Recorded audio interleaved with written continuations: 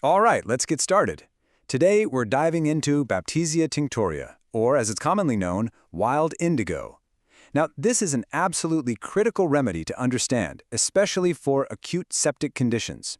You're going to see this one pop up on competitive exams all the time, mainly because it has such a distinct and, honestly, unforgettable symptom picture.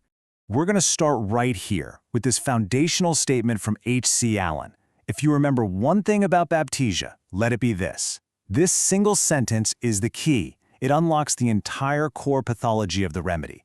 Understanding this line is everything because it points directly to this state of total collapse in sepsis. So our first section is all about this core theme. We're going to look at how Baptisia acts on the blood, leading to that rapid, systemic collapse that makes this remedy so unique and powerful. Okay, let's look at the original text from Allen's Keynotes. Great prostration, with disposition to decomposition of fluids, ulceration of mucous membranes, all exhalations and discharges fetid, breath, stool, urine, perspiration, ulcers. You can just feel the intensity in those words, right? Words like great, decomposition, and especially fetid really underscore how severe these conditions are. So what does all that actually mean? Let's break it down. When we say prostration, we're not just talking about being tired. This is a profound, sudden, complete collapse. It's like the body's power cord has been yanked from the wall. Decomposition of fluids points directly to a septic state. Think of something like typhoid fever, where the body's systems are literally breaking down. And finally, fetid. This is a huge one, a grand characteristic. Every single thing that comes out of the patient, their breath, sweat, stool, urine, it all has this intolerably foul odor. Moving on, let's explore the mental symptoms. You see, the profound physical decay we just talked about is perfectly mirrored by the patient's mental state. And getting this right is absolutely crucial for an accurate prescription. Aversion to mental exertion, perfect indifference, stupor, falls asleep while being spoken to or in the midst of his answer.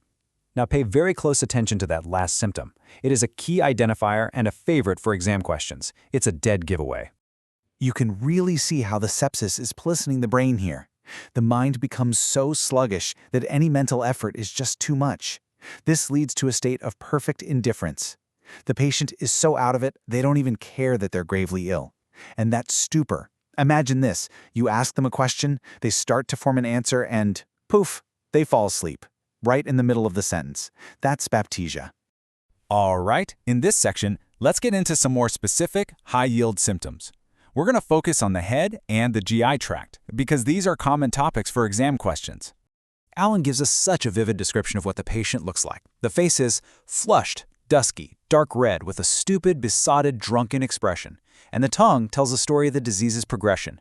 It starts with a white coat and red spots, but later becomes dry, cracked, and brown right down the middle. Now, that word besotted is a keynote you absolutely have to know. What does it mean? Well, think of someone who is completely intoxicated. It's that heavy, dull, stupefied, out-of-it look.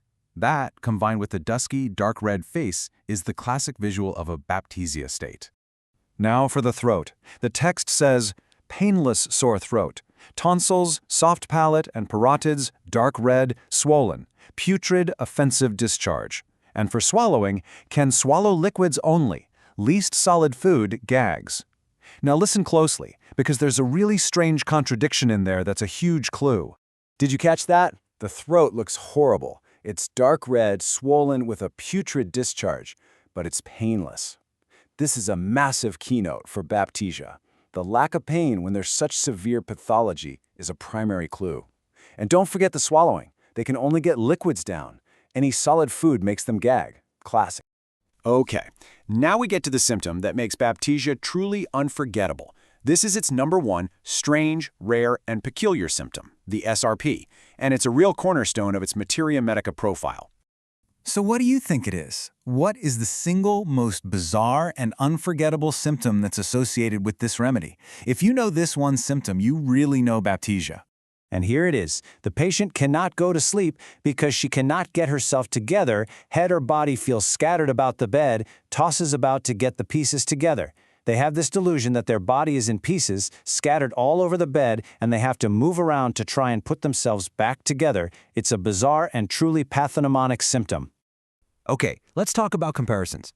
Knowing Baptisia is great, but to really master it, for exams and for clinical practice, you have to know how to tell it apart from other remedies that might look similar. This is super important.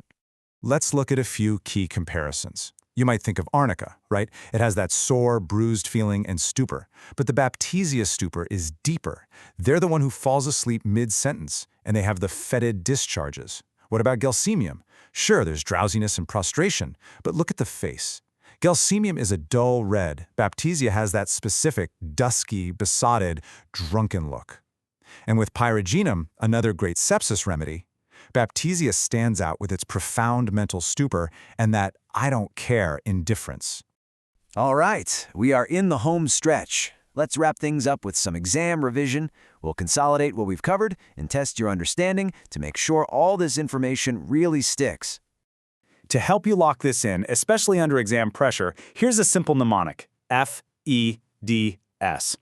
F is for fetid. Remember, everything smells awful. E is for that besotted expression on the face.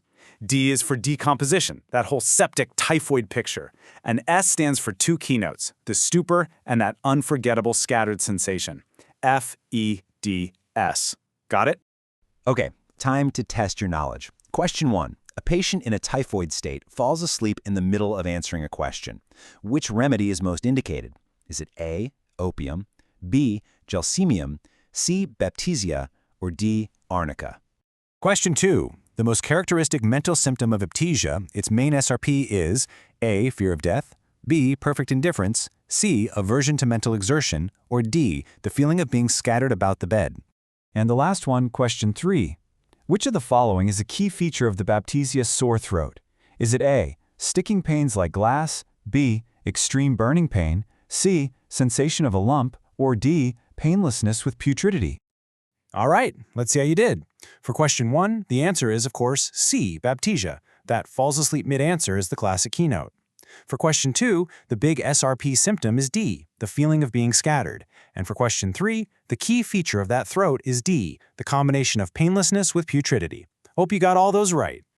So let me leave you with a final thought to reflect on. Go back to that core concept, a disposition to decomposition. When you study a remedy like Baptisia, you're looking at something that addresses a state of near-systemic collapse. How does that deepen your understanding of just how powerful and profound our remedies can be in severe, acute diseases? It's something really worth contemplating as you continue your studies.